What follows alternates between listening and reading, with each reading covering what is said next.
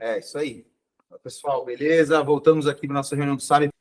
Falaremos agora sobre layoff em massa, ou mass layoff, que é a expressão que o pessoal está usando por aí, e são as demissões em massa aí que a gente tem visto no nosso mercado, né? E a pergunta que fica aqui, né, que a gente tinha conversado aqui com o pessoal para nossa pauta, é como isso impacta as operações e as pessoas, bem como que tipo de oportunidades isso pode trazer. Óbvio que se isso está acontecendo de uma certa forma aí, corriqueira, né, a gente vê o tempo todo, deve ter algum padrão de mercado por trás disso que a gente precisa prestar atenção, né? Algum tipo de reestruturação ou de readequação que as empresas devem estar fazendo para poder seguir em frente. Então, eu queria ouvir de vocês aí da mesa, o que vocês acham, como é que isso está impactando, se vocês, ou direto ou indiretamente, foram impactados com isso, enfim, pode ter papo. Impactado, acho que não, mas é bom que você acha um profissional no mercado que vem bem gabaritado, né? Que antes você tinha que caçar da outra empresa, então já está disponível no mercado, né? Isso é bem legal para poder trazer. Você tem sentido isso, Varulão, no dia a dia? Sim, sim. Ah, é bem legal. Isso aí não tem várias BUs lá dentro, então você percebe esse pessoal já disponível para poder entrar, algo que era mais difícil você trazer. Né? Sim. Também. Essa é a parte positiva, né? As Também empresas mais muita gente ainda tá tradicionais no trazendo as mercado. pessoas que vêm das techs, né, principalmente. Vem, cara, gabaritado, treinado, certificado, já com muito boa qualidade. Legal. Isso é uma boa oportunidade mesmo. É o que eu vejo, o ponto negativo é das empresas com a necessidade de fazer esse tipo de demissão. Então, uma frenagem na evolução da tecnologia nas áreas, principalmente empresas de tecnologia, né? Não tem jeito, vai dar uma diminuída na evolução, mas e o fator do desemprego, que é bem elevado, né? Relevante. Agora, tem que enxergar o aspecto positivo no mercado. O que está vindo de pessoas capacitadas, e antes você não tinha, estava tendo dificuldade de achar um bom profissional, então hoje você consegue ter acesso a esses profissionais. Os salários também, eles acabam dando uma alternada, uma balizada, o que pode até tornar acessível um profissional que antes você desejava, mas não tinha um budget, agora você consegue. E o efeito colateral disso é grande, né? Porque você consegue fazer mais barato, o seu contrato acaba sendo mais barato lá na frente. E uma outra vertente que eu achei bem bacana é que, como a TI está em alta, estou falando de não importa qual nicho que você trabalha, não só no departamento de tecnologia, você está vendo muito uma movimentação de pessoas de TI para outras áreas. Isso vem acelerando. Então, hoje a gente estava falando um pouquinho antes aqui a respeito do agronegócio. Hoje, por exemplo, você encontra profissionais que eram de TI atuantes em área de negócio, justamente contratados com a intenção, pelo conhecimento dele, para alavancar a tecnologia nas empresas em diversas áreas. A gente tem visto com um aspecto muito positivo e aproveitar para surfar a onda que está vindo. Tem um ponto também que tem tido muita demanda, que são processos de upskilling, né? Então, tipo a ciência de dados, empresas entenderam que, primeiro, começaram a tratar um processo de internalização, dependendo menos das que querem, né, tracionar esses profissionais dentro das empresas. E tem um outro ponto também, que é entender que o cara que vai ser um bom cientista de dados, um bom engenheiro, às vezes é aquele cara que tem um baita conhecimento de negócio, que você precisa dar uma camada ali, dar um banho de loja dele com relação à tecnologia para ele rodar, para ele trazer isso para essas iniciativas mais focadas em data science, por exemplo. Então, corroboro aí com o que vocês falaram, né? Realmente houve uma estabilização do mercado. Você olhar lá os layoffs, você tem um ajuste feito principalmente pelas big techs, mas elas ainda estão, vamos dizer assim, eles tiveram um crescimento, então essa redução ela é menor do que o número de contratações que teve aí no último ano, pelo menos. E você tem ali também um olhar de que tipo de profissional que está no layoff. E nem sempre esses profissionais mais, vamos dizer assim, qualificados ou mais procurados, como a gente está colocando aqui, de data science, são outros profissionais ali que, em um dado momento, já não faziam tanto sentido ter grande volume para a empresa seguir. Essa leitura, a gente até estava em um táxi, numa reunião, conversando sobre esse assunto, E isso está refletindo uma maior oferta de profissionais qualificados no mercado. Então, aquele tech debt, que eles chamam, né? Ele teve uma sensível redução. A questão da faixa salarial também deu uma acalmada. A rotatividade das empresas também deu uma arrefecida. Então, assim, tem o seu lado, vamos dizer, negativo, mas também tem um lado ali positivo, que a gente pode chamar assim, né? Olhando para essa tranquilização do mercado aí, de uma certa forma, né? Isso que eu acho que eu tenho sentido bastante. Eu acho que as Big Tech aproveitaram esse movimento de emissão, né, também para, justamente pelo que vocês falaram, né, para equalizar o mercado com relação ao salário, né? Então, se eles tinham que mandar 10 embora, eles acabaram mandando 15 para poder dar uma acalmada na galera. E não só salário, em benefício. Tem um movimento que muito forte nos Estados Unidos com o desenvolvedor, que quando estava no auge da pandemia, que estava escasso o desenvolvedor pôs algumas regras no mercado americano que foi se espalhando no mundo, que o primeiro, que tem uns salários lá em cima, né? Aí o primeiro movimento, eles não queriam mais trabalhar presencial, só queriam remoto.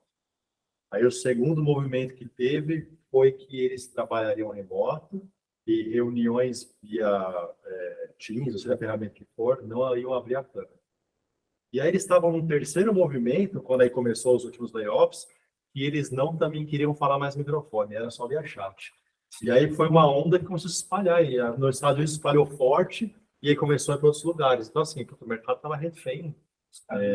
Além de um monte de exigência, que muitas delas não faziam muito sentido, só mais lá em cima. Então, eles aproveitaram com as demissões para também dar uma equalizada nisso. Interessante. Interessante esse ponto, né? Não, mas ela não... Nossa, que loucura isso, né? O cara não quer falar, o cara só quer fazer chat. Os caras estão tratando o cara de finanças que tem que saber Python, alguma coisa, nível de desenvolvimento, justamente por causa disso, por uma questão acho que diminuir essa necessidade de você ter um cara especializado para fazer aquilo. Então, você começa a pegar gente que tem conhecimento técnico do seu core business, então você vai começar a concorrer com outro tipo de gente já, que aí começa a mudar um pouco a figura. O mercado, acho que ele se equilibra muito nesse aspecto, né? As empresas vão achando alternativas porque não dá para ficar refém de um certo grupo de pessoas. Essa é a realidade. Uma organização vai fazer um negócio desse. E está todo mundo apontando muito o presencial e híbrido, até que está falando isso no outro tema aqui, né? Mas é híbrido é um skill de profissionais. Acho que nunca a conotação de híbrido fez tanto sentido para o mercado de IT. Né? Eu mesmo que vivi muitos anos em IT, depois fui para a área de negócio, até hoje me sinto privilegiado por isso. Né? Então, se tem algum tradutor ali, da companhia, uma dessas pessoas sou eu, tem agilizado muitas coisas. Nossa área de data agora não está vindo só cara de IT, está fazendo cara de negócio junto. A figura do business analyst desapareceu. Já é um cara que não precisa ter o nome de business analyst, ele continua sendo analista de logística, mas ok, ele já vem com o perfil tecnológico do mercado. Pode ser até a formação dele, mas ele não precisa ser um ex-IT para estar lidando conosco. Então, isso está vindo já na bagagem. Então, mais que o upskilling, muitas vezes eu vejo reskilling, né? Profissionais que estão trabalhando sempre IT precisam desenvolver outra habilidade de negócio, que às vezes vem só com tempo, que negócio é só com tempo, só com vivência. Então, quem não pegar essa carona aí para buscar essa oportunidade, já teve tempo na pandemia para isso e não se especializou, né? Ou até mesmo não desenvolveu esse reskilling, ou não começou, pelo menos, está na Berlim agora, nesses cortes.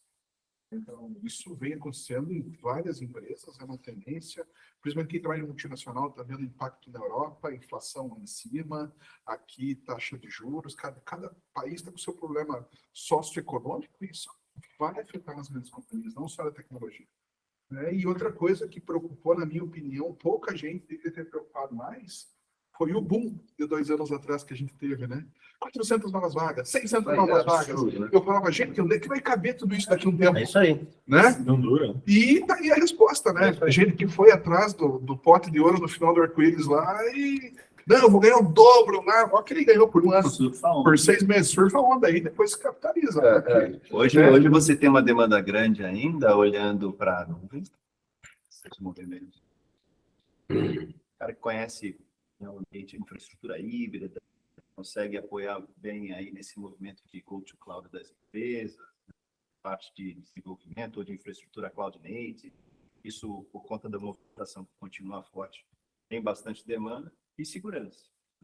Então, hoje, ainda não houve, vamos dizer, um arrefecimento nessas duas áreas em específico. O restante, sim, está bem. O Zuckerberg comentou, né, numa live dele, que as pessoas criam muitas teorias e fazem milhões de perguntas para ele, e ele foi muito... Cara, a grande verdade é que a gente fez uma aposta numa estratégia que não funcionou. A gente imaginava que o mundo pós-pandemia continuaria no mesmo crescimento dos e-commerces e do comércio eletrônico como vinha se mostrando na pandemia. Bom, muita gente migrou para o digital, logo, um mercado muito maior em expansão. E não aconteceu. Cresceu durante a pandemia, nós contratamos muita gente pensando nesse futuro e, infelizmente, o mercado voltou ali a ser híbrido. Né? Algumas pessoas continuaram comprando na internet, mas muita gente voltou para sua compra física, né? Exato. E aí ele falou, cara, e aí os anúncios que a gente tinha aqui diminuíram drasticamente, tive uma queda de receita. Então, aí o acionista chegou na reunião e falou assim, ó, nosso resultado mês após mês piorando, sinto muito. Simples assim. A conta não fecha. E aí criou uma oportunidade que o Gustavo falou, né? Criou oportunidade agora, cada empresa, qualquer área de negócio, tem desenvolvedor, tem um pedacinho de TI lá dentro, né? É uma oportunidade que ninguém esperava até então. E é engraçado como foi na contramão TI, falando aí só do mercado brasileiro. No auge da pandemia, desemprego lá em cima, mercado de TI bombando, não achava ninguém querendo contratar. Final agora de 2022, que o desemprego baixa, as tech começam a mandar embora. Sim. Então ela foi totalmente oposto, e óbvio que o tech deve corresponder a um percentual mínimo de emprego no Brasil, né? Mas foi totalmente oposto. No meio da pandemia, estava tech bombando. Agora que o desemprego deu uma acalmada, as big techs começam a fazer demissão. Olha quem tá lá. Mas sabe o que eu acho que essa parte dos techs, a gente viu, eu acho que a questão dos mass layoff, falando do Brasil, tem muito a ver um pouco com a questão do financiamento porque o Brasil, o crédito, historicamente, é caro, o dinheiro é caro. Nós estamos aqui cômodo do dinheiro aqui, sabe? O Brasil nunca foi um lugar barato de se emprestar dinheiro, principalmente é raro, não quer. E sair da montanha, sair da pela direita. Então, eu acho que a gente tem muitas essas techs, elas vieram com um capital muito forte, esse private equity, isso inflou o mercado todo de micro cenário, que é o Brasil. E a gente, na pandemia, com aquela loucuragem, capital, consumo crescendo, todo mundo... Eu lembro que era assim, a pessoa estava no LinkedIn um mês em um lugar, 3 vezes em outro, aumentando o salário, etc. Mas eu acho que um dos pontos que aconteceu, porque com essa virada macroeconômica que o Brasil teve, o crédito secou, as fontes de private secaram, e aí as empresas se viram naquela condição, bem, aquela coisa que está acontecendo nos Estados Unidos também, né, com a inflação alta, etc. Assim, até que ponto as empresas vão até sem dar lucro? Então, justamente essa pergunta. Eu acho que, no fundo, a grande verdade que a gente estava no evento no Sul, eu estava conversando com o Juliano, que depois veio da empresa para a cena lá, ele estava se questionando, né, cara? Será que o mundo virou tão maluco que as empresas não têm que dar lucro mais para ser valorizada? Era um troço muito louco, assim. Parece ser meio irracional, né? E agora parece que o negócio essa era a bolha. deu uma esfriada, agora racionalizou, o dinheiro enxugou a startup, amigo, agora para... que era uma bolha. Um plano efetivo de negócio. Isso era uma né? bolha. Isso era uma bolha que inchou tudo. Aí quando essa bolha estourou, pô, peraí, tem que dar resultado. Aí começou a voltar ao nível normal. Mas acho Nossa, que lembra? Ganhar dinheiro. É isso aí. Mas aí eu acho que teve É isso aí. Começou com a bolha, com a questão das startups, cara, muito investimento chegando, fazer extravagância com dinheiro alheio é mais fácil, né? Então todo mundo saiu inflando, contratando, talvez sem a melhor racionalização do recurso, era um ponto que estava inflando bastante. Atrelado a isso veio a pandemia, que aí além das startups, no geral o mercado de tecnologia se reforçou devido a essa explosão de demanda. O pessoal achou que, cara, vamos sair na frente, vamos tomar mercado, vamos virtualizar os serviços, vamos migrar para digital, e isso fez todo mundo quase que dobrar a força de trabalho, movimento super repentino. Só que a pandemia passou e foi o que falou, o saldo ainda ficou positivo de crescimento do digital, só que não foi aquilo que era no início. E aí agora veio, como diria o antigo CEO da empresa que eu trabalho, é o freio de arrumação, né? Precisa equalizar a despesa e a receita. Que não é o Brasil, é o mundo. É o mundo, né? É importante a gente frisar. Vocês podem ver esses bancos que estão aí quebrando. Pô, o Banco Vale do Silício, o Morgan agora recente, né? Que a UBS comprar o Morgan é poder jogada de mercado isso, porque é para preservar o nome de Banco Suíço. O UBS comprando é para preservar a credibilidade do Banco Suíço. Não, com essa dia que a Perdigão comprou na época para não deixar o mercado. Exato, é isso. Mas eu acho Porque que é isso- um bom negócio, é para preservar o nome de Banco Suíço. Mas eu acho que assim, ó, isso tem uma questão da minha opinião humilde, né? Há muitos anos, o americano, o próprio não tinha, não sabia o que é inflação. Aqui a gente está muito acostumado. Nós ainda temos uma geração que conhece a inflação, sabe como é que é. Mas eles não têm, o americano está há 10, 15 anos com 100%. Exatamente. Então, para ele, assim, se não investisse em ações, não existia a renda fixa lá. Então, o americano médio tem muito investimento em ações. Então, eu acho que tem esse fenômeno, mas essa inflação é global, conforme você está pegando. Mas no Brasil aqui, a gente teve esse fenômeno. Acabou caixa, inchou do crescimento. E aí, outro fenômeno que é o seguinte, eu digo o seguinte, eu lembro quando começou as financeiras, as fintech. Quantas vezes eu vi? Itaú está quebrado, Safra já era, o Bradesco já era. O que deu para a gente aprender com esse mercado? Entre uma ideia, lembra quando surgiu esses bancos menores? Eles vão quebrar, não cobram a taxa e tal. E sabe o que aconteceu hoje, passado 5, 6 anos? Eles têm um nicho que eles pegam, mas eles nem de longe ameaçaram nenhum dos grandes bancos brasileiros. Eles, pelo contrário, eles fizeram os bancos se movimentarem, porque o que acontece no final da corrida? Eles saíram bem na frente, mas eles têm um carrinho X. A hora que os grandes bancos ligaram o turbo e meteram dinheiro, daquilo que o Daniel comentou, eles chegaram lá na ponta. Chegaram nos aplicativos hoje são muito similares. Então, eu acho que talvez essa corrida deve ter dado uma mexida e agora não tem mais essa corrida, né? O mercado deu uma acalmada, né? O que o mercado mais gasta em TI no Brasil é a área financeira. 15% a 20% de todo orçamento é finanças. Então, quando esse mercado se movimenta, o mercado sente.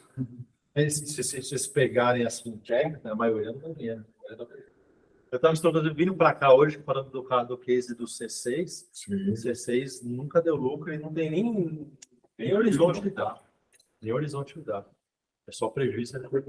O Uber Porque eles pegava focaram até em recentemente, né? O próprio Uber até. Não, o Uber não dá também, né? Até hoje, né? É que o Uber tem, é uma discussão mais filantrópica, que o objetivo do Uber é market share, né? Então, mas você sabe que essa cultura de colocar dinheiro sem ter retorno Dos novos ninguém mais vê. começou no Uber, É verdade. mas é porque o Uber tinha um propósito muito claro, né? Ser disruptivo, assim, mudar a vida da população mundial. É um outro. Só que acho que todas essas que vieram embaixo aproveitaram esse movimento do tipo, eu tenho um propósito, põe dinheiro em mim, e os menores ventures capitals foram colocando em várias, né? E todo mundo foi crescendo sem dar lucro também.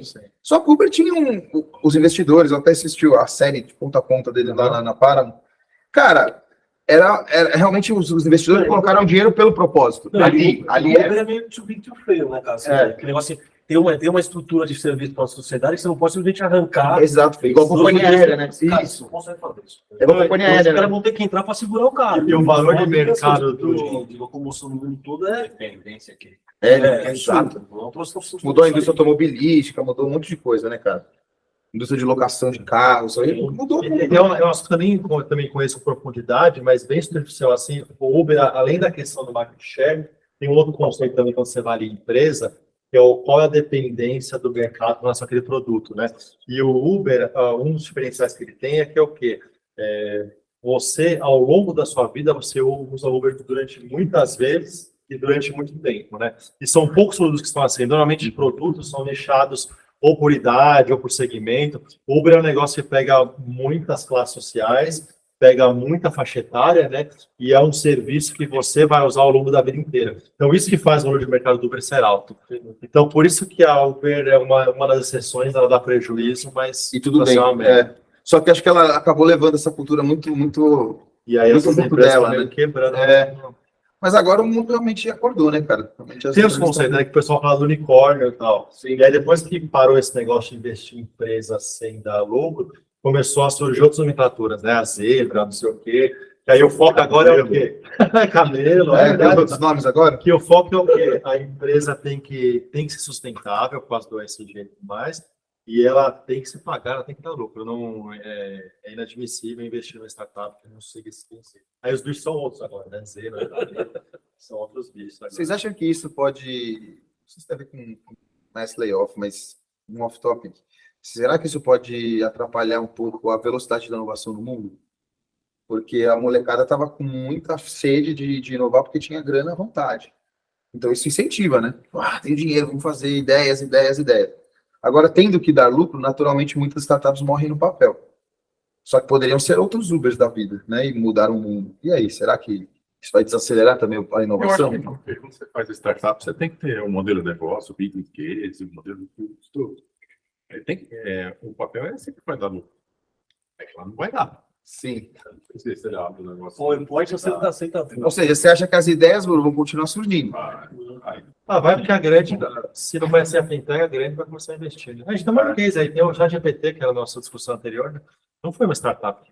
Quer dizer, mas teve grandes comprando, né? Enfim. Mas não é uma discussão de startup, né? É uma discussão de grandes players. Então, eu acho que não. Eu acho que a inovação, quando ela tem uma necessidade econômica, ela vira muito incremental. Isso até é uma vez eu gosto muito de um cara chamado Clayton Christensen, que tem muitos livros, mas o mais legal dele é o Dilema da Inovação, que ele fala assim um pouco dessa questão. A disrupção ela é cara e incerta. Então, é muito difícil uma empresa que tem que dar resultado econômico tentar fazer uma disrupção tecnológica, independente se é tecnologia, se é processo, etc. Então, eu acho que o ambiente em que você pode testar, por exemplo, o Google aqui mesmo tinha aquela filosofia das 20 horas semanais, para as pessoas tentarem, e foi criado muitos produtos dessa maneira, etc. Então, mas é um desafio. Quando você tem dinheiro abundante no mundo, taxa de juros negativa, viu? Tem que lembrar que há 5, 6 anos atrás, eles falavam de taxa de juros negativa. O cara investe em alguma O cara coisa. perdia dinheiro. É só pela segurança. Então, aí é um cenário. E aí a gente, então aí acho que incentiva. Só que o ponto que a gente sofre um pouquinho, acho que no Brasil um pouco mais, a inovação, ela quer ou não, ela tem que ter um ecossistema, né? Tem que ter mão de obra qualificada, tem que ter um incentivo, não tem um gênio não nasce ao acaso. Pode até acontecer, eu sempre brinco, gosto de falar o efeito Guga. O Guga foi um cara fora da curva no tênis brasileiro. Não tem uma fundamentação, né, meu? Ele foi assim, várias coisas inacreditáveis aconteceram e nós tivemos um primeiro do mundo. Nunca tivemos antes, Malemar chegar no sei, e possivelmente não teremos no futuro.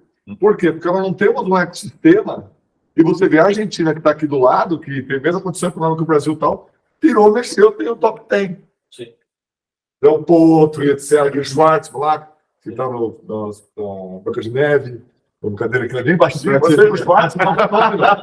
O Schwartz é um fenômeno, porque ele é baixinho, é tudo errado, e joga. Então, você vê que então, eu acho que o Brasil peca, nem que essa sobra falta de dinheiro, acho que sim, mas a gente não tem esse ecossistema, pelo menos na área de tecnologia, eu não vejo, né, que eu conheço, que possibilita isso. A gente faz muito copycat, né? Tem o que copia, faz um nacional. Eu vou te O falar, Brasil não investe nisso, né? Tem mão de obra. quebrar pedra todo dia para você criar um ecossistema desse. Todo mundo reclamava e continua reclamando. Falta tech debt. Mas nenhuma empresa se propõe, com algumas exceções, a investir para se criar, vamos dizer, mão de obra suficiente, ou capacitar pessoas de uma maneira suficiente para isso, né? Então, teve que vir um layoff para colocar um pouco de ordem nisso tudo. Mas, pô, cara, a gente, né, saiu ofertando aí para diversas empresas um negócio com impacto social, tem todo um propósito bonito e tal. Porra, a ideia é linda e tal. Pronto, amanhã, e aí, como é que é? A Intel é isso. Então, A Intel é isso. é isso. Qualquer uma, assim, tomara que dê certo. Você tem um grande grupo mantenedor Você vai atrás, lá, né? a Universidade que vai ter montou só para tecnologia. Ah, Então, assim, é uma sem fim lucrativo e é sustentada realmente por doação das empresas. Aí tem vários doadores lá, que são os donos na parede e tal.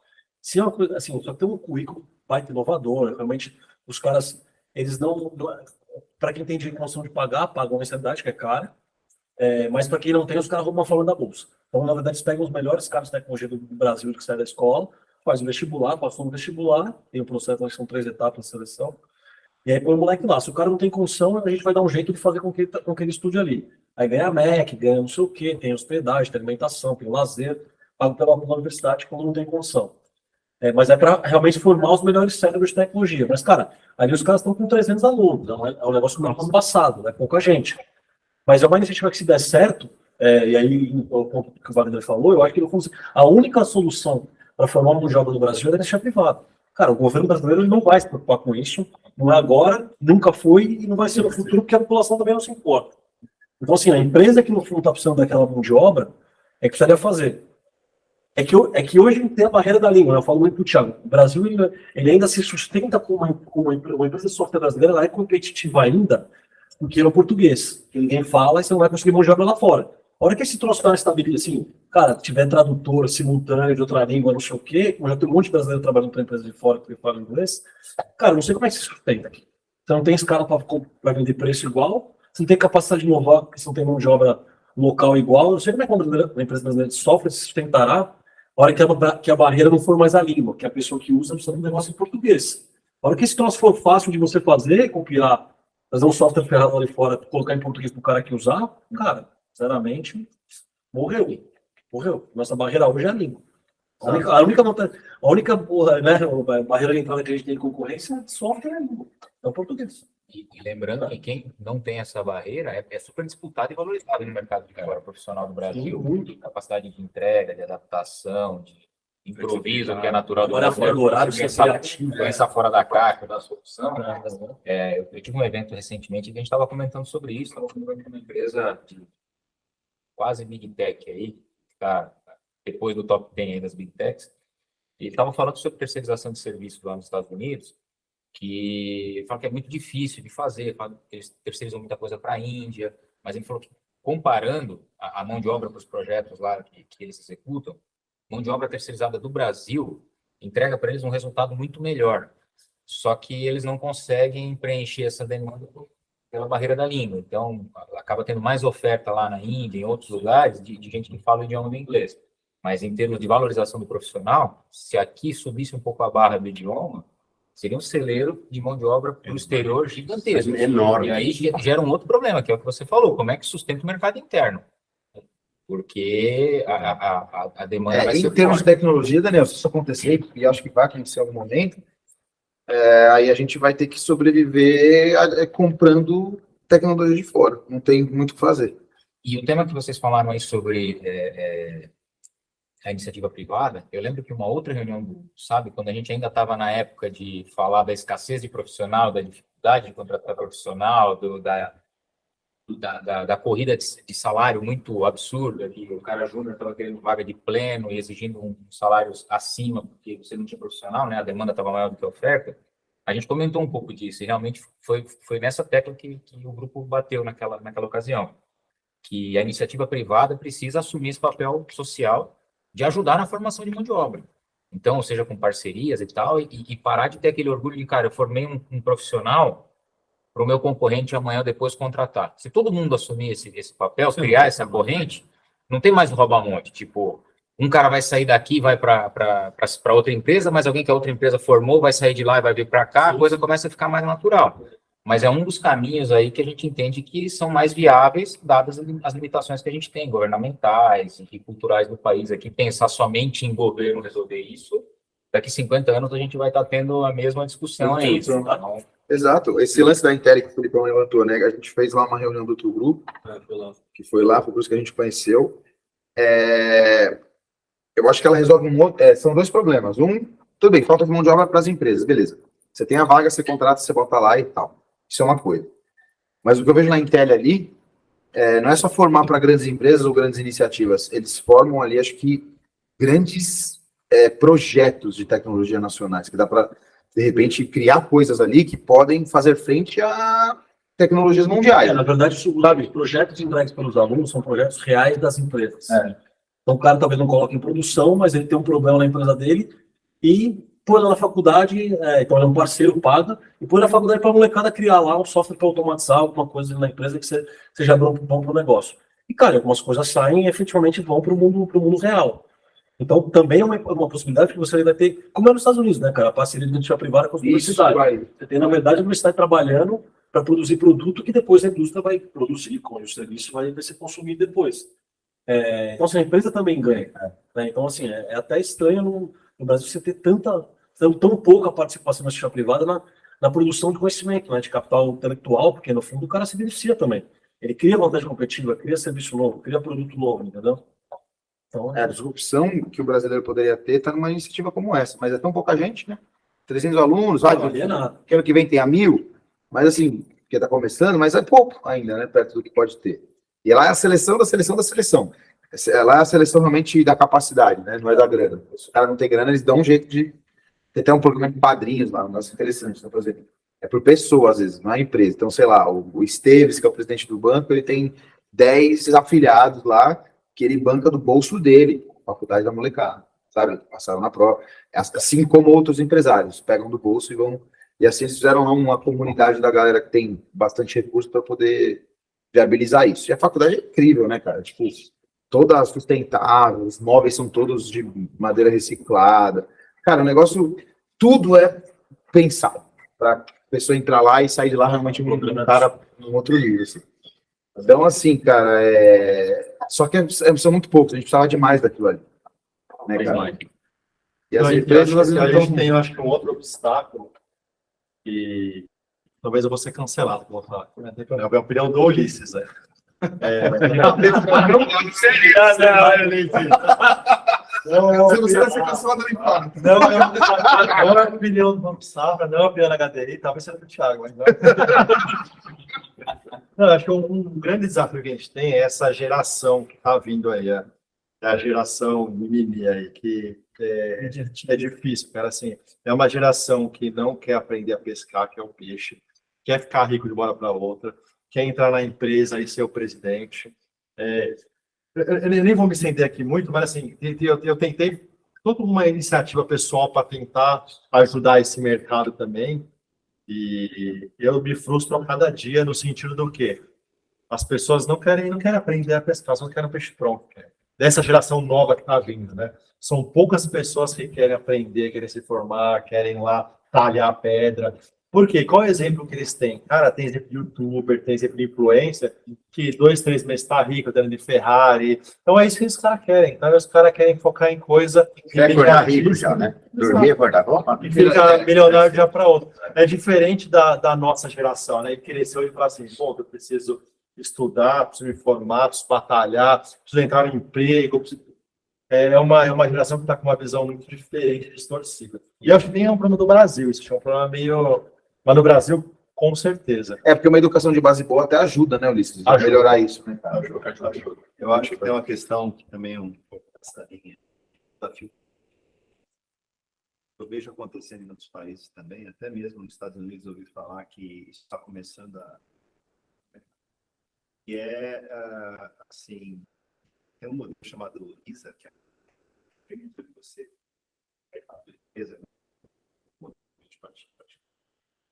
e você banca o cara na formação e ele só começa a devolver aquilo a partir que ele estiver empregado e ganhando no mínimo X. É isso aí.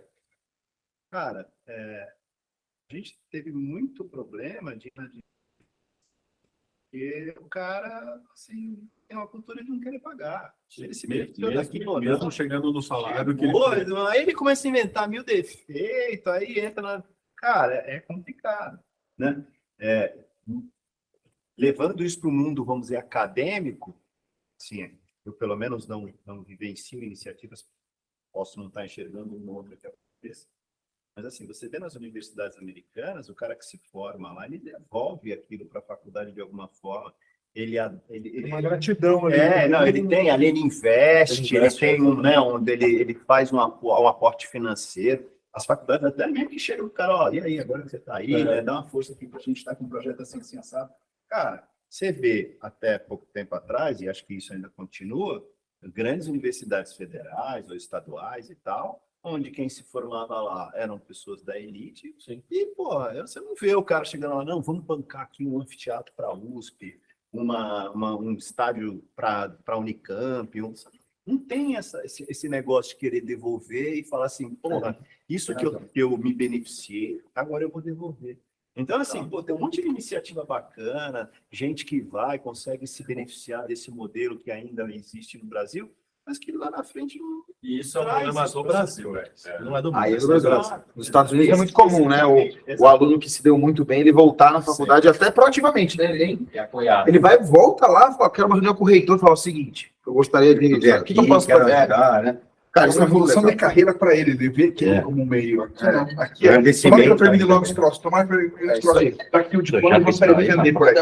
Essa é a pegada. Carquinho, tô sabendo. E o duro que essa realidade é um fato. Assim, eu conheço uma pessoa que trabalha com o digital, né? Eles, assim, não é uma coisa que eles não. Ele faz 20, 30, 50, 100 mil daqueles lançamentos, aquela coisa. Então, assim, as carreiras, eu vejo isso muito claro. Eu tenho uma filha de 12 anos, algumas características diferentes. Por exemplo, a televisão, a novela agora está no Instagram, no TikTok. Então, essa é a novela. Esse é um mundo que não existe, idealizado para gerar a receita, só que não é mais nos 30 segundos, é mesclado com conteúdo e tal. Esse é o primeiro fenômeno. O segundo fenômeno, essas carreiras que a gente conhecia como carreira, há uma mudança de propósito que se perde um pouco nessa viagem, que eu acho que é um pouco da situação que tem a ver com a situação socioeconômica. Hoje em dia, querendo ou não, o Brasil evoluiu, então, como o cara não tem, que nem o americano, assim, os países mais bem desenvolvidos, o jovem tem menos necessidade de correr atrás. Eu vejo porque a Índia, que é um cenário há 100 anos atrás do Brasil, eles estão lá com sangue no olho. Então, tem esse fenômeno aí. Mas o que eu acho que o maior desafio dessa geração, para nós, é esse imediatismo que eles têm, que é difícil de conter. E aí fica esses trabalhos massivos, que assim, né, a hora que eles saem dos 19, 20, 21, daquela, vão mudar o mundo e tal. Quantos vão mudar o mundo, de fato? 1%.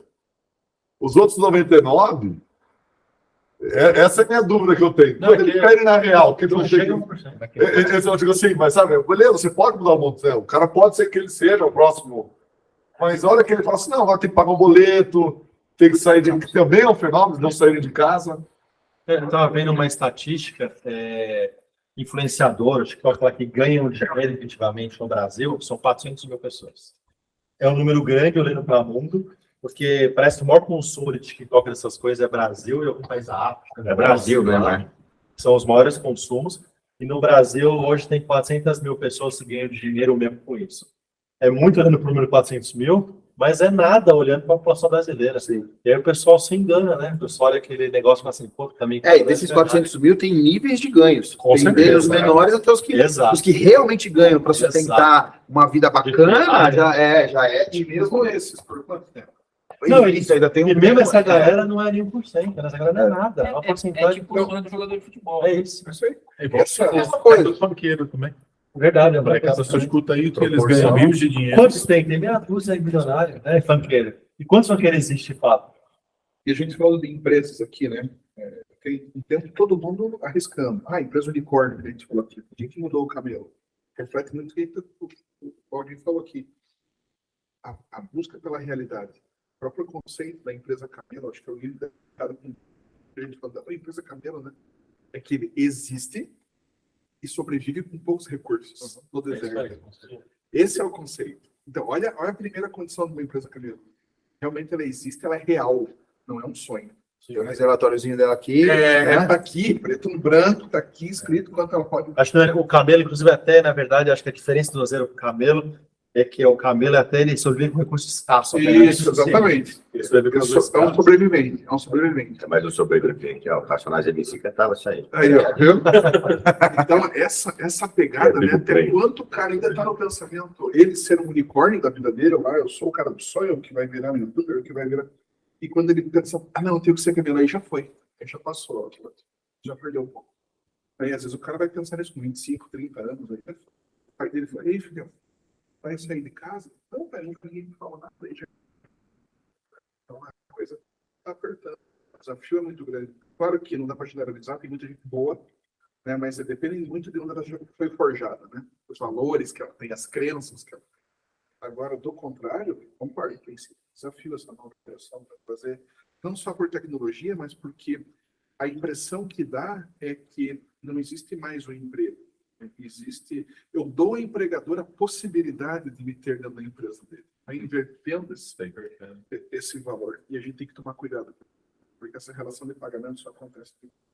Não estou dizendo aqui que trabalho não tem valor, mas eu sou um talento, então me pague um boleto de luz aqui, de água, para o seu talento. Só trabalhando, tem que ter um empregador. Mas eu posso ser empresário. Aí é outra história. Mas para trabalhar prestando o serviço, essa relação para mim continua, não mudou. E algumas pessoas insistem em pensar que isso não existe. Então, que continue voando no unicórnio lá. E é aquele ditado que é cíclico, né? Que o pessoal fala, tempos difíceis geram bons líderes. Bons líderes fazem tempos fáceis. Tempos fáceis criam um ciclo. Inclusive, E aí é ciclo, né? eu estou lendo um livro, até o managementinho todo lá recebeu lá no nosso setor, lá, que é Gestão em Tempos de Incerteza. Né? Até quem quiser, do Sandro Magal e do Salib Neto. Marquei aqui para não esquecer os nomes. Gente, muita provocação nesse tempo que a gente está vendo. Um livro curtinho, com muito insight, muita provocação. Não é um livro de IT, livro de negócios, mas que você vai vendo página a página e fala, vai aqui, vai na empresa tal aqui. Então, uma reflexão bem resumida, assim, bem provocativa desses tempos que a gente está vivendo, que estão trazendo layoff, que estão trazendo mudança de cultura, que estão trazendo ambientes externos, né? Inflação, crise de taxa de juros e tudo mais, mostra como sobreviver nesse momento. Esses layoffs, assim, com certeza devem ter uma boa parte dessas demissões que são dessa geração mais nova, enfim, né? Que aí são... Tem algumas intersecções, geração, sei lá, Z, tem os, né, as mais antigas, mais recentes.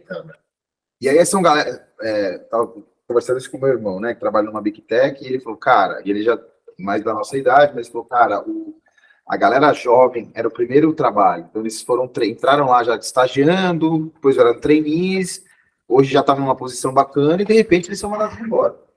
São caras ali de 22, 23, 24 anos que já estavam trilhando uma carreira dentro de um lugar completamente diferente, ou como a gente está aqui no Google, só que, cara, é um percentual quase zero. É zero mesmo, né? E para ele, meu irmão que vem do mercado, para ele, beleza. Tá surfando ali. Tava no Face, né? Mas ele tá ainda, né? Só que ele olha a meta, né? Olha lá e fala, cara, beleza, eu conheço como era fora. Ele vem da Microsoft, é um outro tipo de cultura, né? Então ele já sabe mais ou menos como é que funciona. Agora, então, cara, a galera aqui que estava nessas demissões, precisa ver, parecia que realmente acabou. Tipo, o cara perdeu, sei lá, morreu o pai e a mãe naquele dia, sabe assim? Tipo, um negócio que desastre na vida do cara. A pessoa que não sofreu no trabalho, sofreu entre aspas. Exato. O cara já começou num negócio muito bom. Eu acho que aquilo ali é a realidade do trabalho para sempre. E você tem, de repente, um monte de gente dessa mesma empresa na rua, né? Do dia para a noite. É muito bom. Foram várias, foram de 100. Foram duas, e vão ter mais alguns. Vai acontecer mais, você vê as indústrias automobilísticas estão dando férias coletivas e o cenário não está bacana em alguns segmentos. Então, acho que vai acontecer ainda mais, tem que se preparar e aproveitar as oportunidades, né? O jovem que está estudando a gente é bom estar se ligando, hein? O manifesto de Customer Experience, né, a gente está migrando muito isso lá na... E até o próprio manifesto de CX, né, que tem um conceito chamado CX Gen, que fala, não importa, até no manifesto ele fala, tem que procurar e vai estar em qualquer... no YouTube. Vai no chat de GPT. Vai encontrar chat GPT, eu não sei, não pesquisei ainda, mas deve estar. Ele fala, se você é geração X, Baby Boomer, Y, Z, Alpha, Beta, Gama, não importa. No fundo, todos nós atendemos um cliente. Então, já está começando a enfraquecer esse modelo. Eu sou geração X, eu não gosto de fazer isso. Eu sou geração Y, eu não gosto de fazer isso. O que o teu cliente precisa? Né? Esse é o tal do Customer Centricity. Né? Então, com base agora nas necessidades e não mais na minha habilidade, no meu esforço. Mas o meu esforço... Não, mas espera aí, esse skill que está só inventado aqui. Então, cara, reskilla ou upskilla, não sei, você se vira. Mas o meu cliente precisa disso. Né? Então, isso está sendo agora a bottom line. Está começando a equalizar de novo. Porque a impressão que eu tenho, Bits, é que a gestão também comprou essa ideia. A gestão das gerações mais antigas, tipo a nossa, começou a ter um discurso, eu lembro, em várias empresas que a gente lia e conversava, não, que agora tá vindo uma geração nova aí, a gente tem que mudar a nossa forma de olhar, porque eles são diferentes. Eu comecei a entender uma adaptação ao contrário, falei, beleza, na época fazia sentido, mas então talvez agora esteja... Não está fechado. Aham. Então, daqui a pouco é benefício, benefício, benefício, benefício, benefício e a ponta do lápis. Não precisamos entrar no case aqui, mas, por exemplo, o Google. Tu vê aqui no prédio, no espetáculo, N benefícios. Mas garanto para você, se não fecha na ponta do lápis, tem conversa, tem discussão. Tem layoff. Tem layoff, é isso aí. Olha aí.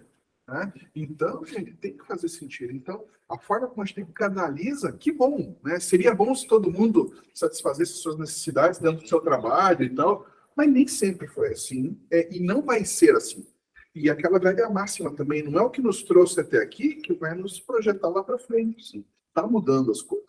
E tem um ponto importante nisso que você está falando também, o processo inverso, né? A gente tem aí visto, recentemente até vi um post da Oracle nesse sentido, de incentivo a galera 50 a mais. Então, tem um movimento de 50 a mais. Eu ia falar isso. Eu fechei um projeto mês passado aí, uns 2 meses atrás, e a pessoa falou, preciso que sejam só 50 a mais. Exato. Então, isso É legal pra caramba. Tá na nossa cidade aí, velho. Isso reflete duas coisas. Quase, Primeiro, uma valorização que estava deixando de existir por conta da idade. E muitas vezes o cara está com 50 anos, não é que nem falta 3 anos, há 10, 20 anos atrás, né?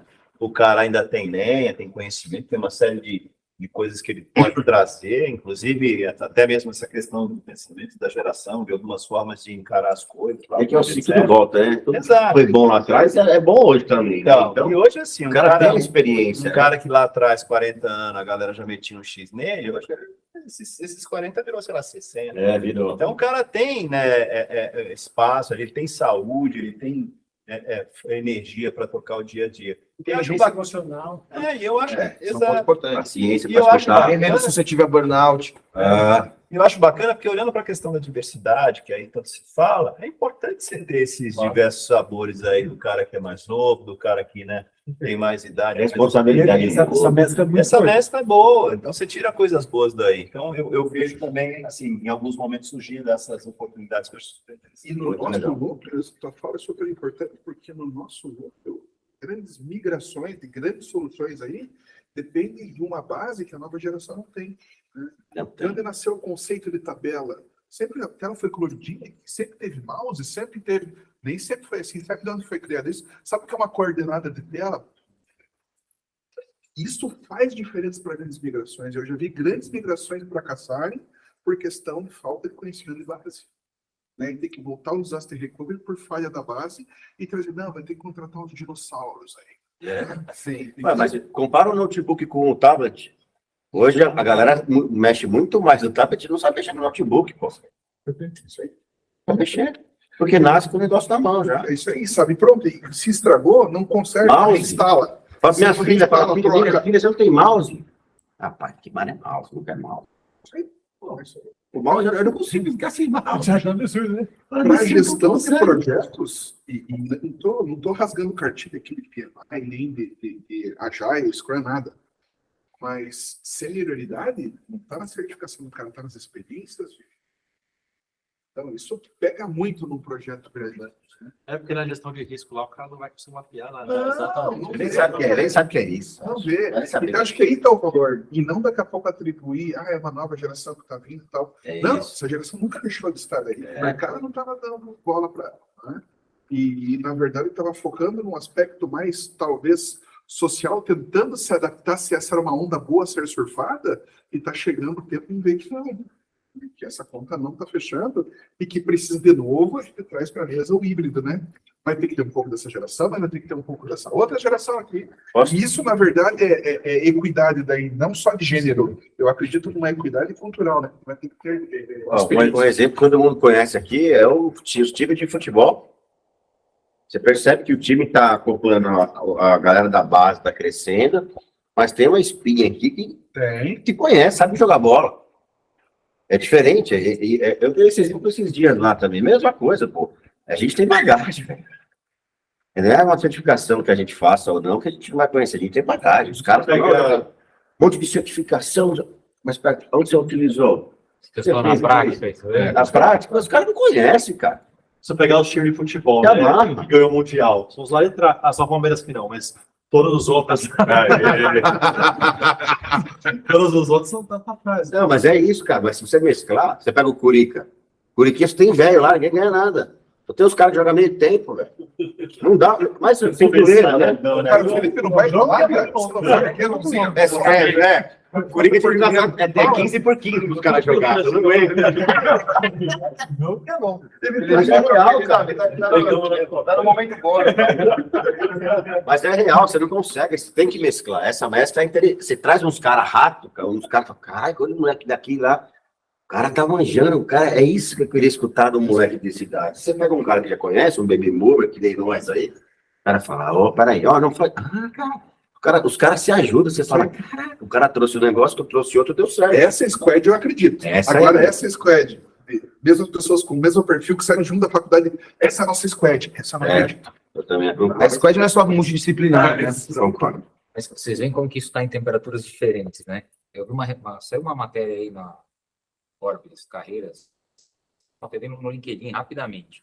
Uma empresa aí que está lançando o cargo de CZO. Não é CZO, é ZEO. A ZEO, olha ZEO, só. que é Colocaram o no grupo lá. C-level da geração Z. Que é, Aí eu, Ele tá precisando de alguém para controlar eles. ia ser um cargo Vendeu lá.